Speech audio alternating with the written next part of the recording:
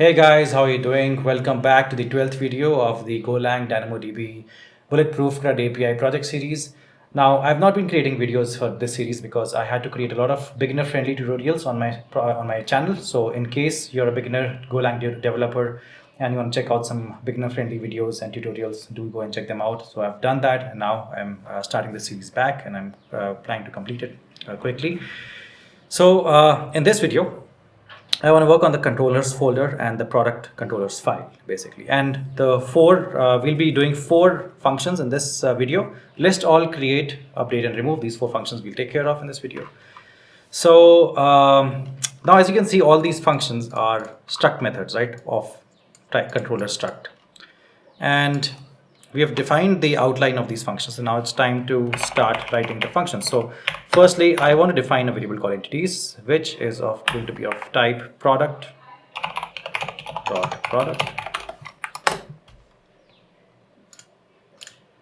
And I'll create another variable called entity, which will be of type product.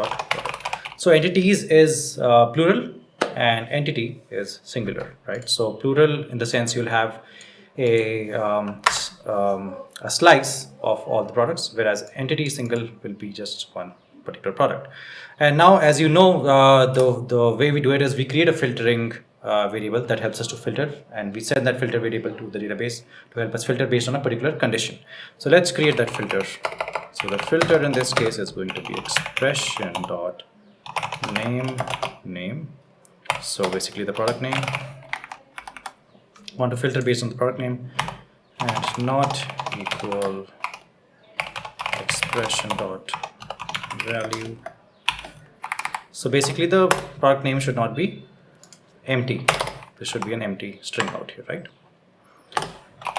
And you want to create a condition also. So that'll be expression dot new builder dot with filter, and you'll pass the filter here in these brackets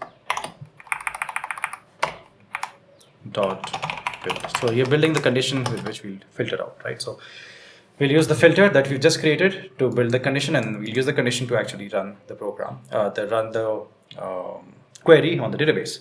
So at this stage itself, we might have an error. So I want to handle the error. So we'll say if error not equal to nil, return entities, error. And then you want to use your repository to run the actual database level function, which is find all. And in your repository is where you'll find this function, repository, right? The spelling in my case is wrong. So I'll say find all, and then you write the condition entity dot table name. And here you'll get response error. And here also you'll check for error. If error is not equal to nil, return entities error. Okay, so every single time, whenever we're writing something, any function, we are also handling the error at that point of time.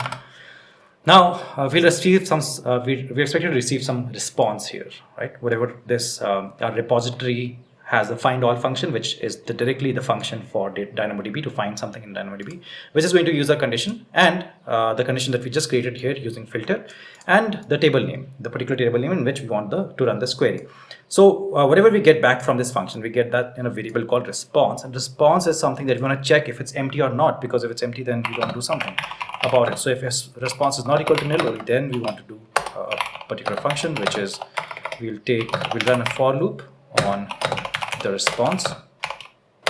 If it's empty, you can't really run a for loop on empty items, right? So because response has some items, we want to run a for loop on it. And I'm going to take a variable called entity, which I already have defined here.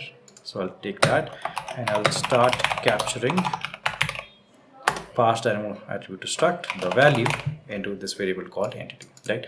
We've already talked about this function, pass dynamo attribute to struct. It basically converts everything that's stored in the DynamoDB into a particular struct that's understood by Golang. It's a very important function, and I've already talked about it in one of the previous videos, and we've already built this function. So in case you want to go and check it out, you can. Now you want to handle the error also, and you want to return entities from this function.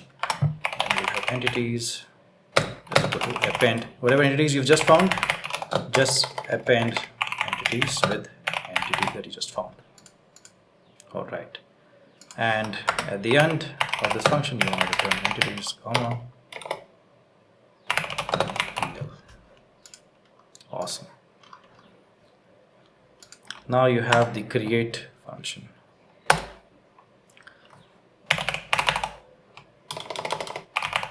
And what I want to do right now is I want to update the timestamp. So whenever I'm creating something, right, there's this timestamp that I store created at, which usually you also do that in any type of database or any type of program. And if you've been following along with my videos, different videos, you've seen that I always store these kind of timestamps in the database.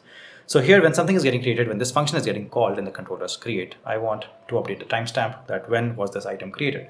So you'll have time.now, which is the timestamp for right now, because right now is when the item is getting created. And you'll have a function called repository.create or update. And here you'll say entity.map, get map, entity.table. So you want to pass the entity and you want to pass the table name for that entity. And you want to call the create or update function in your repository file. And that's all this does.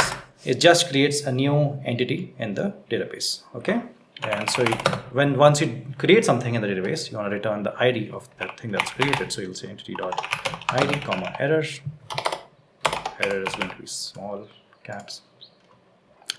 Now you know that I always work on the update function in the end, because that might have some complexities. So that's why we'll work on the remove function before we work on the update function. So here you'll say entity, comma, error, c.list1 and ID. So firstly, you want to list that item. In the sense, you want to find that item from the database, right? That's what we're calling list1 with that particular ID. And if error is not equal to nil. So whenever we run a database related function, we always want to check the error, because it can lead to errors right out there whenever we run a database level function. So you list one, and then you want to say c.repository.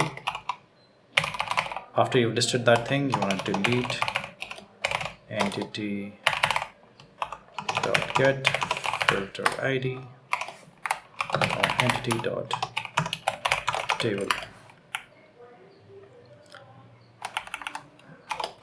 Now, if that item is getting deleted, you don't want to capture that in any variable. So that's why I'm keeping the blank variable here. Whenever we add something, we usually keep that in a variable. We capture that in a variable. But when you're deleting something, you don't really want to do anything with that data when that data is getting deleted. So that's why you use a blank character here. But you still might, so I told you, whenever you run a database level function, you might have an error. So that's why to handle the error, you always want to have the error at least up there. And if there is an error, you want to return that error from this function. Now the only thing that's left is completing the update update function, sorry. So how do you do that? So firstly, you want to list that item. So we'll say list1, and then you'll pass the ID of that data part, the data that's stored in the database. And here itself, you'll look for error. Now found, whenever you run this, right, whatever it returns is going to be captured in a variable called found. And here, if something goes wrong, we want to handle the error, and we want to basically return the error from this function. Now, whatever you found, the ID is going to be ID. The name is going to be entity.name,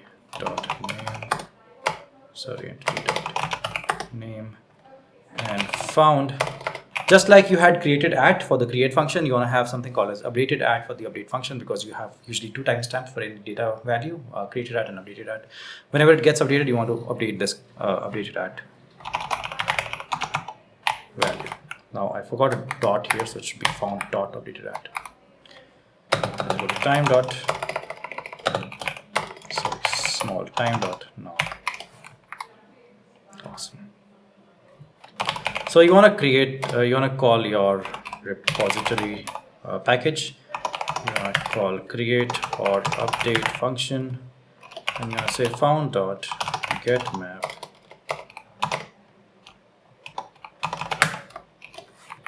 com entity dot table name. Capture that in a blank variable, and you just want to return the error from this function. All right, so our controllers, product controllers file is at least complete, and that's quite a bit. The whole file is complete now. And if you have reached this far, I hope you're learning quite a bit. You know the basics of interface and structs and struct methods, and now how we're working with DynamoDB. So thank you for watching. Do subscribe to this channel, because then you'll come to know when the next video of the series comes out. It'll be day after tomorrow or something like that. I'll try to finish this quickly, along with the e-commerce project as well. So thank you for watching, and I'll see you in the next video.